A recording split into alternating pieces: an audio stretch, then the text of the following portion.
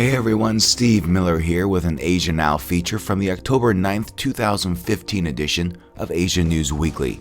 In this podcast, I speak with Juliane Kippenberg, Associate Director of Human Rights Watch's Children's Rights Division, about mining and child labor in the Philippines. Over the past couple of years, we have spoken about the issue regarding human rights in Asia several times. We've mentioned the trafficking of women, men being duped into performing hard labor, and of course, the deplorable practice by some to target mentally challenged individuals in South Korea and force them to work in slave-like conditions in salt mines. But for me, when it comes to children, that's what especially tugs on my heartstrings. Recently, there was a report released by Human Rights Watch that detailed the operation of compression mines in the Philippines. Miners, sometimes as young as 8 or 9 years old, breathe through flimsy plastic tubes. They're lowered into confined, dark holes over 20 meters in depth in a search for gold. This week, I spoke with Juliane Kippenberg, Associate Director of Human Rights Watch's Children's Rights Division, and I started off our conversation by asking her how she became aware of this practice, as there are laws in place inside the Philippines supposedly preventing this type of activity.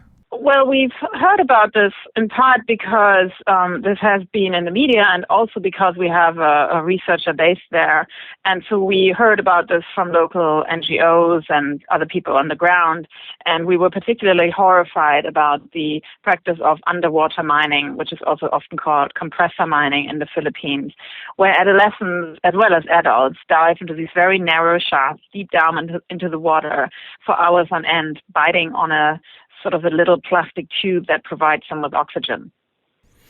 Yeah, and are we talking about really an isolated area within the Philippines, or is it fairly widespread?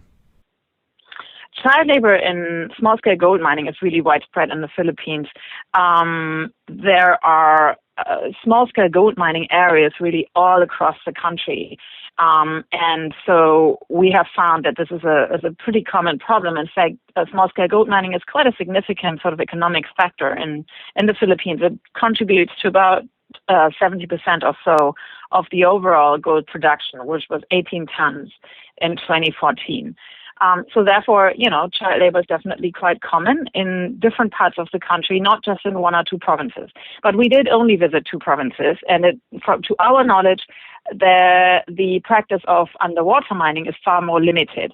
It definitely exists in Camarines Norte province, but we don't know if it also exists a lot in other places. We did observe it a little bit in Masbate province, but we didn't find any children working there. Okay, well, let's talk about your trip there, because you were actually there on the ground. Can you describe what you saw taking place?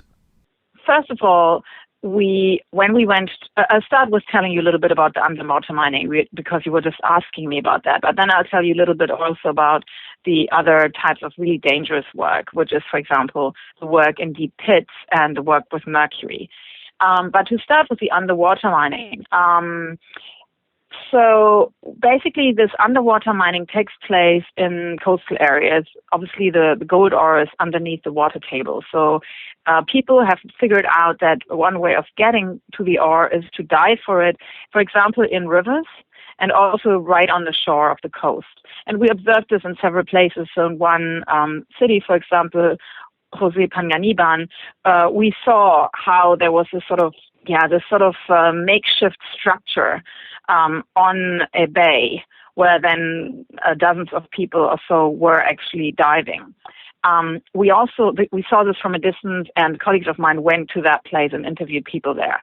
And then myself, I went to another place which was on a river, and it was accessible, but it wasn't that easily accessible. So it was a little bit hidden, and there was, I think, a sense of some of the miners that this was not strictly allowed. We did manage, nevertheless, to get there. We hired a very narrow, wobbly canoe or boat that took us out there. I actually on a sort of anecdotal basis, I just left behind all my things except my notebook and my camera because I really felt everything could just tip onto the water. Oh my I mean, the gosh. canoe was completely wet and it was also raining, and it was just like, it was one of these canoes where you just come out and you're basically soaked, but that's okay. So anyway, we went to that mining, we went out down that river a little bit, and the further we went down, the louder it became because there was these machines sort of making this loud noise in the distance, and it was these compressors that provide the oxygen to those who are diving. So then we found this site and, went ashore there and talked to people, and basically ended up talking to some adult miners, also sort of the mine manager, but also to some of the boys who were working there. And one of them just that day had actually started to dive for the first time, or had tried, and he failed. He said it was so hard and so scary and was so cold and dark down there that he couldn't do it. But we interviewed other boys. I interviewed one other boy there who'd been doing it for 3 years. He was 17 then. He'd been 14 when he started, and he was doing this, really routinely. And that boy and other boys told us how that worked for them, and how when they went down the first time, they had experienced so much fear, they were so frightened, but now they were usually more or less used to it. But they also spoke of a lot of issues. So, for example, another kid told us how sometimes this tube actually stops working, and then they suddenly have to come up from quite deep down to be able to breathe. Wow, I mean that just sounds quite frightening. I mean, are there a significant amount of casualties, or what's the safety situation there? Yeah, so it is definitely very frightening. We know that there have been cases where people have died in these mines, but we don't have any figures, and I don't think anybody has any figures. But I just want to sort of add to this. I mean, it is really particularly dangerous work, and certainly falls under what's described as hazardous child labor, or the worst forms of child labor, and therefore indeed prohibited in the Philippines, and would be prohibited in many other parts of the world too for that reason. What makes it so particularly scary from my perspective is that, not only is it diving with this very sort of ad hoc contraption there with a tube that can obviously break down any time, but there's also, it's a very narrow shaft that they dive down. I don't know if you've seen the title picture from our report, but you can see on that sort of a wooden frame. And it's basically something like 70 to 80 centimeters by 70 to 80 centimeters square. So it's very narrow. It's it's a bit like a grave, basically. I mean, it's like the size of, or a coffin, it's a bit like the size of, a very small fridge or something, the width. So when you go down, it's obviously extremely narrow. And these miners have to breathe through those tubes, but they also have to sort of find their way in these very narrow shafts that they basically use to dig deeper into the bed, right, of the river or the coast. And they don't actually see anything. They do this completely by feel. Oh my gosh. Now, are the shafts only vertical? Because in the report it mentioned that sometimes they're as deep as 20 meters. Do they go horizontal, or are they just vertical cylinders? So the shaft that I was just describing was the underwater mining. I recall that the deepest ones that we've heard of were 10 meters, but I would have to check this in the report. Whereas there are deeper ones as well, but they are dry pits. And let me tell you about that a little bit as well, because that's actually a very different mining scenario. So it's hard rock mining. And it's what one imagines more when you think of mining. It's these really deep pits. And again, there's a picture in the report. I mean, it's really deep. It's 25 meters, probably sometimes quite a bit more. I mean, when I looked down one of those things, I felt like it's going to pull me down, and you could hardly see the bottom, basically. And those are these dry pits where people get lowered down with ropes. And, they have tools and hit the rock and pull out, obviously, bags of rock. And there you also have these L shapes, so the horizontal shafts as well. There's obviously a risk that these pits could collapse, or that smaller or indeed larger rocks or wooden beams could just come down on these kids working there. And there have been several casualties with just pit collapses. And we also documented a casualty of a boy who died about a year ago in September 2014 because he asphyxiated. And what happens there is that deep down in these pits, there isn't actually enough oxygen. So often the miners get a blower that provides them with more oxygen. But sometimes, that system doesn't work. Or in that particular case, that boy went down not knowing that he needed a blower, but that there wasn't a blower. So he just went down and he suffocated. And then his older brother, an adult, went down to find him and check what was going on, and he died too. Oh, no, So really that's horrible. tragic. And it really it really shook the community. And yet, kids continued mining. So one boy that I interviewed, a 15-year-old boy, told me that my sister doesn't really want me to do this anymore, but I'm still doing it anyway. Well, so why do it? If the risks are so great, why continue to do it? Poverty. I mean, the main reason why children do this work is really poverty, and the hope to obviously find gold and, make a living, at least get some food on the table. I mean, many children that we interviewed said that they really just used that money from the gold to, get the rice on the table, to just really make ends meet. The other question I had, and you brought this up before, was about the mercury involved with this, because I personally am terrified about clamping my teeth down on an old traditional thermometer when it's in my mouth. I couldn't imagine using mercury and being in that close proximity with it, or mine the ore. Well, yeah, and then you definitely know more about mercury than the miners in the Philippines do. And obviously, as you are pointing out, it's really a toxic chemical. It attacks the central nervous system. It can cause heart problems, lung problems, various types of nervous conditions. Ultimately, it can cause brain damage, and that will be irreversible, and it can even kill. It's particularly dangerous for children whose systems are still developing. But in the Philippines, we saw that even really young children, boys and girls, were working with mercury and processing gold with it. What people do, and if children as well, is that they take a small amount of this liquid toxic metal and put it into the ground or mix it in, and then that way the mercury will attract the gold particles. And then they create an amalgam out of mercury and gold, separate it from the rest of the ore and the soil, and then burn that over a flame, or they call it blowtorching, so that the mercury evaporates, whereas the gold still remains firm, it doesn't evaporate, and is left behind as raw gold. That is how mercury is being used, and it's fairly widely available. You can get it in shops. The traders provide it to children to work with it, and children are obviously not aware of the health effects. Did you get the impression that authorities were essentially turning a blind eye to allowing this to happen? I mean, we're talking about child labor here in some really hazardous conditions. I mean, there's supposed to be laws on the books to prevent this kind of exploitation. Why is it being allowed to continue?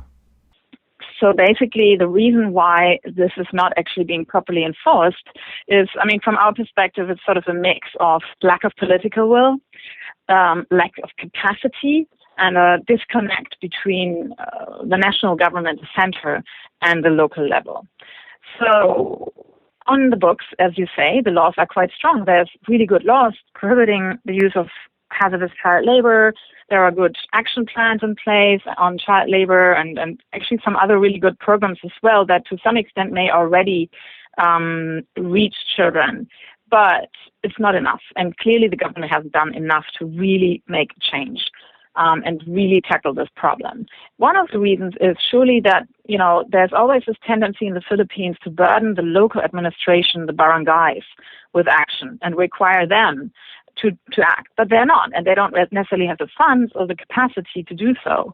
And in addition, it's not very popular for them to do so. It's not necessarily going to go down very well with the business community if the local barangay decides to regulate mining, possibly even close some of the mine sites, and so on. So it would really potentially be cause of friction and conflict. Some of the local officials are even themselves involved in mining operations or have a stake in them. So then, of course, you really have a conflict of interest. So those are some of the reasons why we think it's not enough is being done. In general, the government has basically allowed this small-scale gold mining sector to develop and expand and pollute and cause various social problems, including child labor, without much regulation.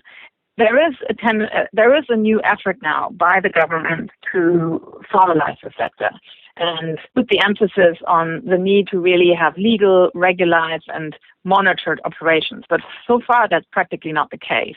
I mean, there are only about 4 sort of licensed small-scale gold mining operations or small-scale mining operations in the Philippines right now. So practically all of the ones that are in existence presently are illegal. Now, is anything being done to, I guess, shut down the revenue stream of gold being collected illegally, or is it just being sold out there on the open market? So some part of the gold is smuggled, and another part of the gold is sold to the government's official buying agent, the Central Bank of the Philippines. That central bank buys the gold and stated to us that they don't have any real safeguards to ensure that they're not contributing to child labor. They don't necessarily know what the mines of origin are and what the conditions of work there are. They have, however, earlier this year adopted sort of a responsible gold guidance that at least seems to acknowledge that they understand the idea of responsible sourcing, but we don't know if they've taken any steps to really go beyond the immediate traders that are selling them the gold, because that is what would be required to really have proper due diligence and proper control over the supply chain, right? Because it's not going to be the miners themselves that sell to the bank. It will be the traders and so on. There will be steps in between. So we think that much more needs to be done by the government to make sure that the central bank really has a proper due diligence procedure in place to ensure it's not contributing to child labor. The other side of this is the smuggling, the unofficial trade. And to be honest with you, I don't have much information on what the government is exactly doing to address that. I don't really know. I don't think I can answer that. Besides the due diligence on sourcing the gold, what else needs to be done to kind of end this practice of child labor? Yeah, from our point of view, I mean, first of all, it's really important that the government has a vision for a safe, child labor-free, small-scale gold mining sector. We're not saying that the sector should just be shut down or that no one should be buying from it. But we do think that obviously the sector needs to be really changed and cleaned up and obviously be brought in line with the laws.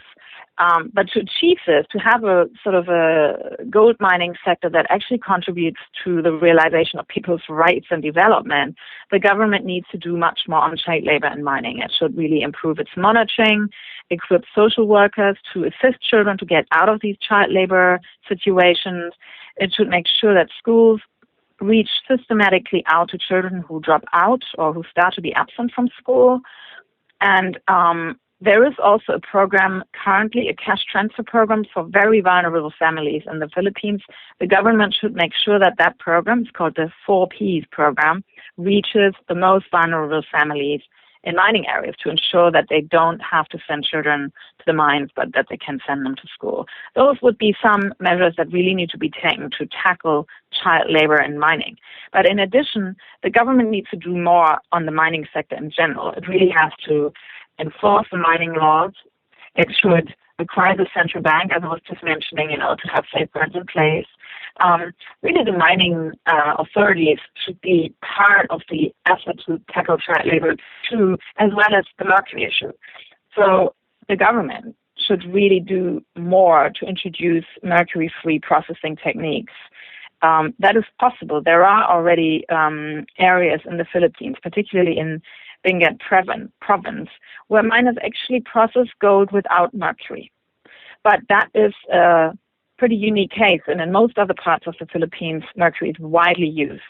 So really much more needs to be done to introduce those other techniques to mining communities, and also to test mercury exposure among communities, particularly children. So those would be some of the steps we'd like to see.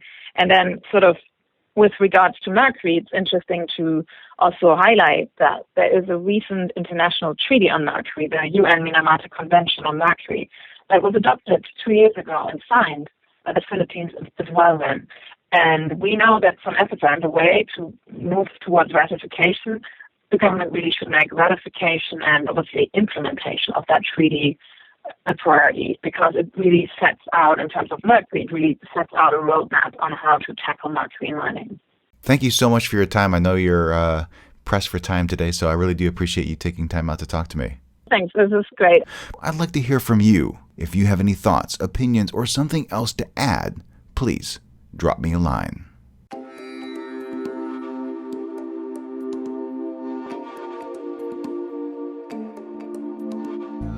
This episode of Asia Now features extended content of material originally broadcast as part of the Asian News Weekly podcast. If you enjoyed the podcast, please share it with your friends, and if you haven't, subscribe. Subscribing is free, and when you do, the next episode is delivered automatically to you. You can subscribe on our website, asiannewsweekly.net, or in your favorite podcast application. You can also keep up with more news from the region by following Asian News Weekly on Facebook or Twitter. And if you have any comments, questions, or feedback, please drop us an email message. That address is podcast@asiannewsweekly.net. Thank you so much for joining us, and until next time, remember to be true to yourself and to always be awesome.